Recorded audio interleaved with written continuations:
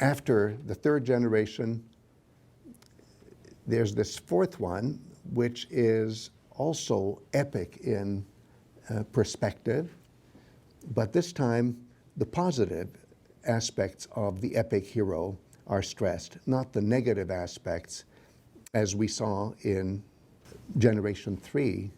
This one is just, is marked by justice, dikē, whereas in the previous one, the word was hubris. They were marked by hubris. There it is in line 146 of the Works and Days that we saw earlier in text J. No, this one is more just. And it might even be better to say this one is just versus the other one which wasn't just. The original Greek really has it that way. And you notice this one is better than the previous one. So that's going to mess up a little bit the scheme that we've been operating on so far, where you go gold to silver. Well, silver is not as good as gold. Then you go to bronze. Well, that's not as good as silver. But then now we have an upswing that this fourth one is better. But you notice there's no metal. So it's better only in terms of being better than the third. And you might say it's like a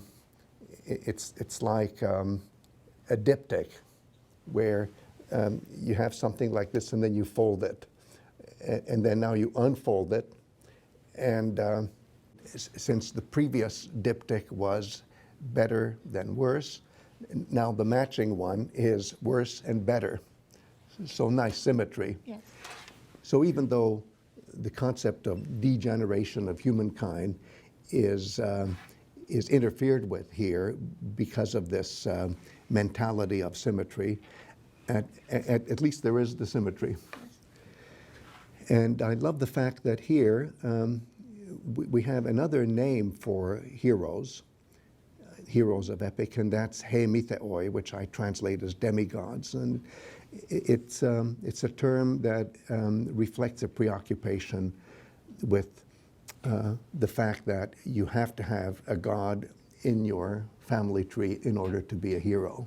Of course, the flip side is that if you have any human in your family tree, you're automatically mortal.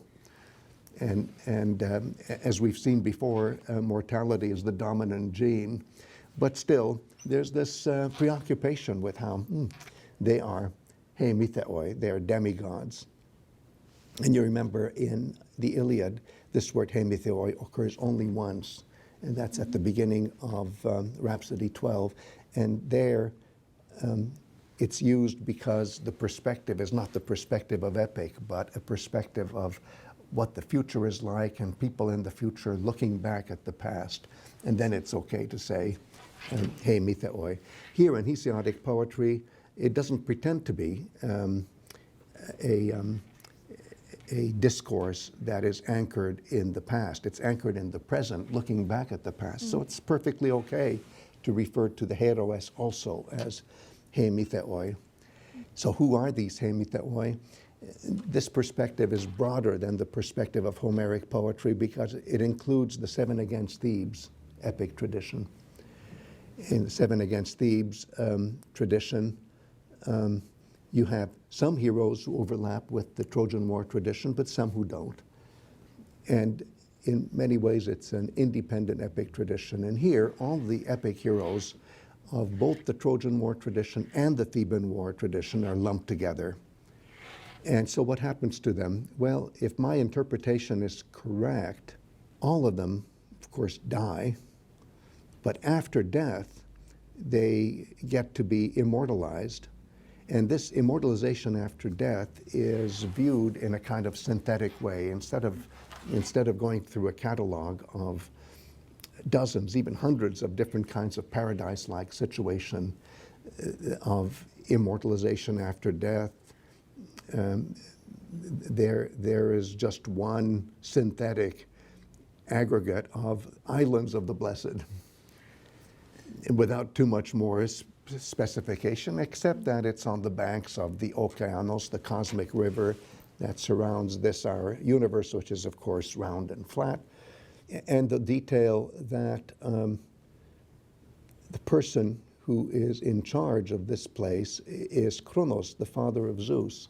Well, that means it's a timeless place, because Kronos, we know, goes back to a time before the time of our universe. He's the god who was in charge of the universe before Zeus. So it's a wonderful poetic signature for the idea that an afterlife cannot be envisioned in terms of our life, our time, our place.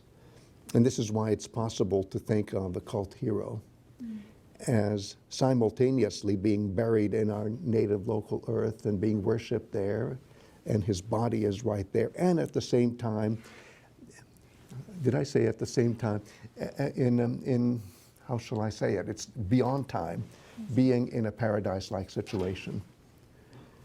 I'm glad I caught myself saying in the same time, because that's the logical problem. Right. But the way to get around it is to remove the present time. Interesting. I would have thought at the same time as well. Just yes, it's so tempting. It's so tempting to say it.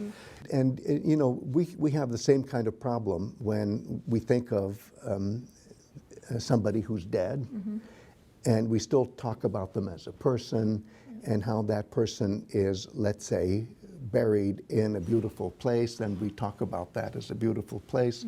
So there's a disconnect in our language too about how to handle identity and personhood when somebody is dead. When Diana, the wife of Charles, died, and there was so much of an outpouring of emotion, and that was enhanced by the media, of course. The way people talked about where Diana is buried in a beautiful little island in the middle of a lake, and how she is there. And again, there's that disconnect. Are we thinking of the place where she's buried, or the place where she is? Yes. Yeah. Is she still there? And she's still herself, or is it just her body that is there? That's it. And in terms of ancient Greek myth and ritual, as I say, it's neatly compartmentalized, even though our feelings are not compartmentalized.